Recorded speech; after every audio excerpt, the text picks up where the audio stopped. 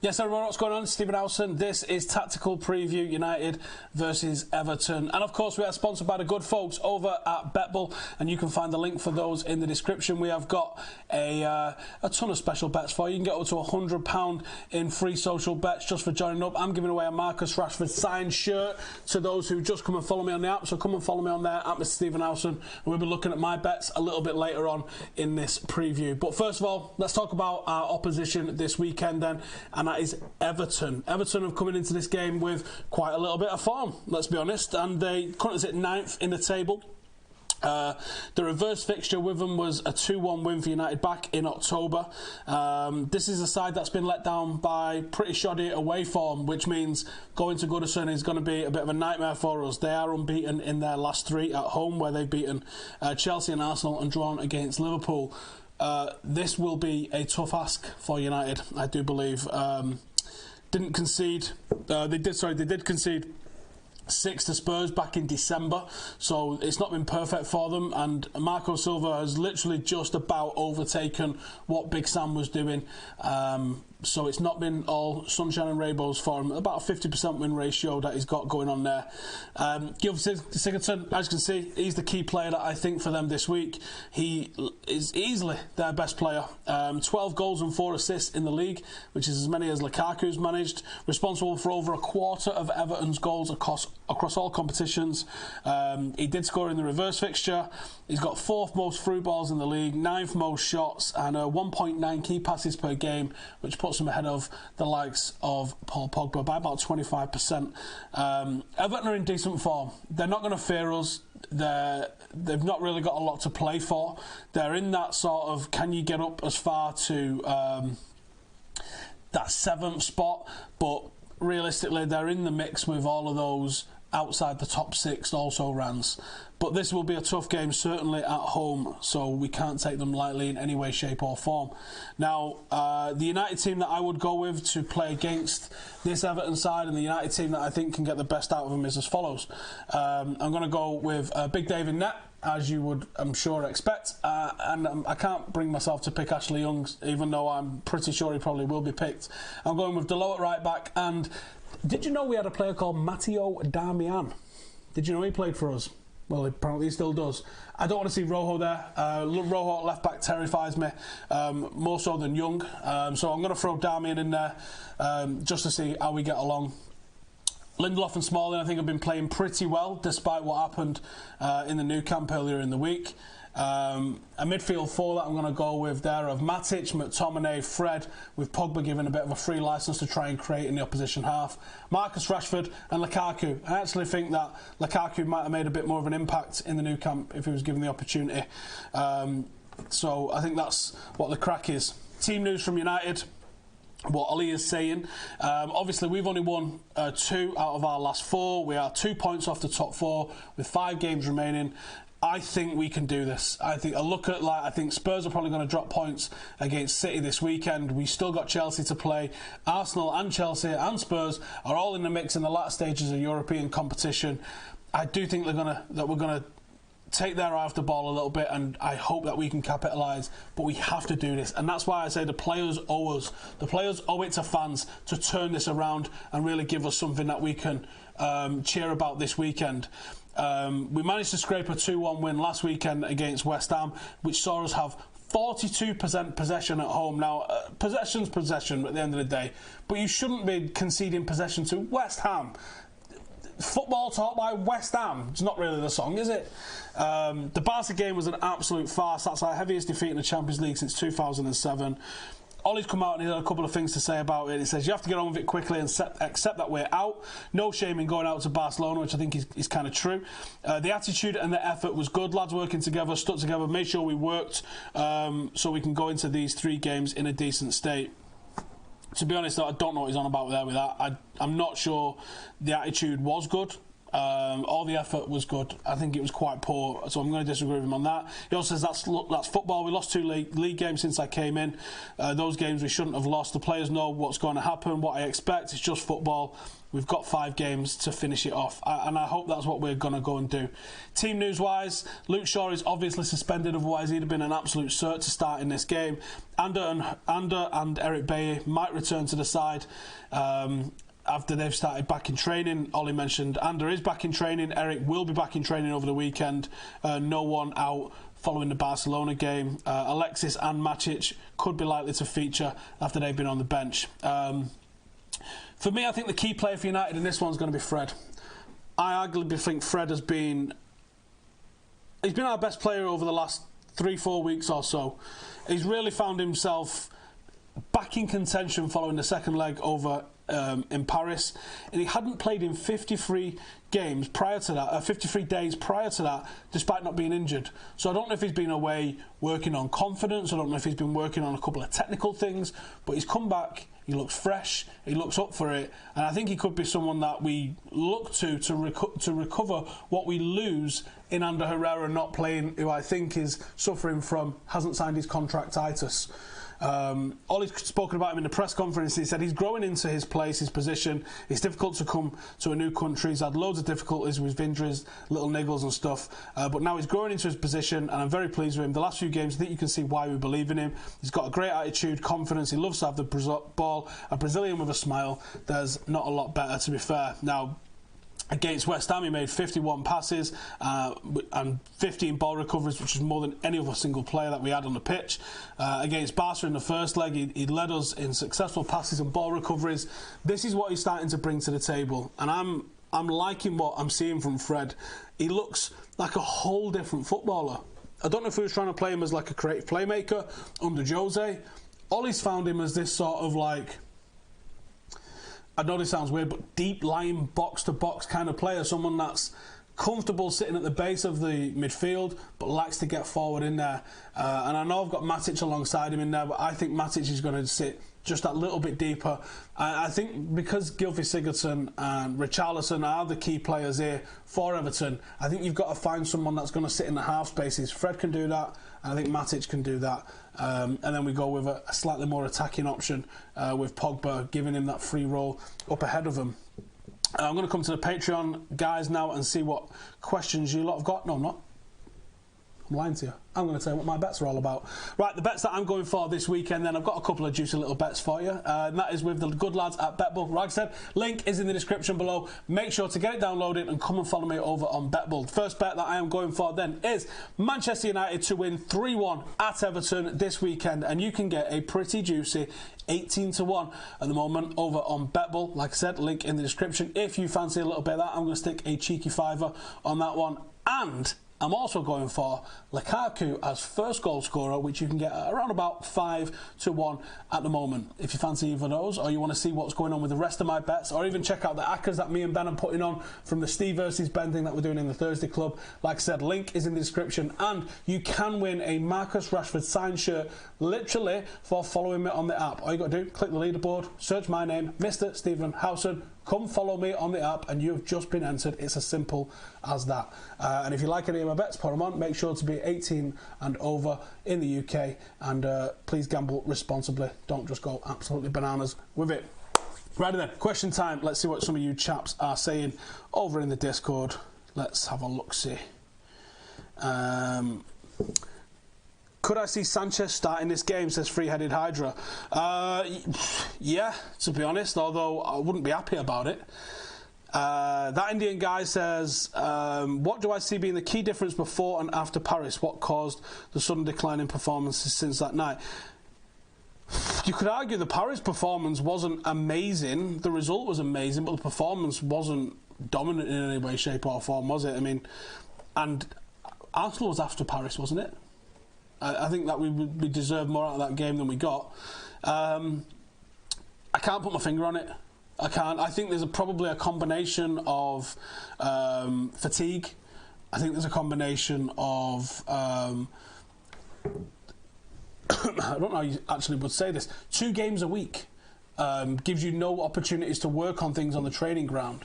So a team often slips into what it knows, what it's trained, what it's hardwired to do, and it takes 9 times as long, I believe, is the research to train out bad habits than it does to learn a new habit.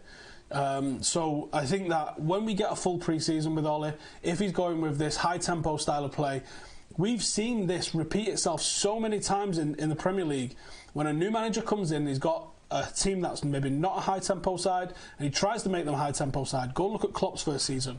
They start amazingly well, but they do taper off, because you can't sustain that over the course of a season unless you're prepared to be doing that. So I think when Ole came in, the team looked tired anyway. We did get rejuvenated by just being a happier camp, but that is going to only last a certain amount of time, and I just hope that we manage to get into the top 4 and we can have a good solid pre-season, bring in some good recruitment, and then we can kick on from there. But I think it's a combination of, like, with the injuries we suffered in that Liverpool game, really wrong timing, taking our eye off the ball in different competitions because of what was going on in the Champions League, possibly. Many different things, and I think the contract negotiations of certain players, Pogba and De Gea, could be affecting all sorts of things. Sean says, I saw something today that said Ole went mad in the dressing room after the Barca game, saying the players aren't giving 100% and that's the reason we're not progressing. Have I heard anything about that? Hairdryer in full effect? I haven't, actually. I haven't spoken to anyone about what happened post-Barcelona. I hope that he's done that. And he sort of said something similar in the press, I believe, lately as well. It seems to have been coming out that certain players need a bit of a reality check. And I like that, if that's the case. I can see him being very nice, very smiley in public, and absolutely tearing strips off you in the dressing room, and that's the way it should be. Three-headed Hydra, would it send a wrong message to the squad if the players, after telling the players they need a reality check, if he still starts Ashley Young?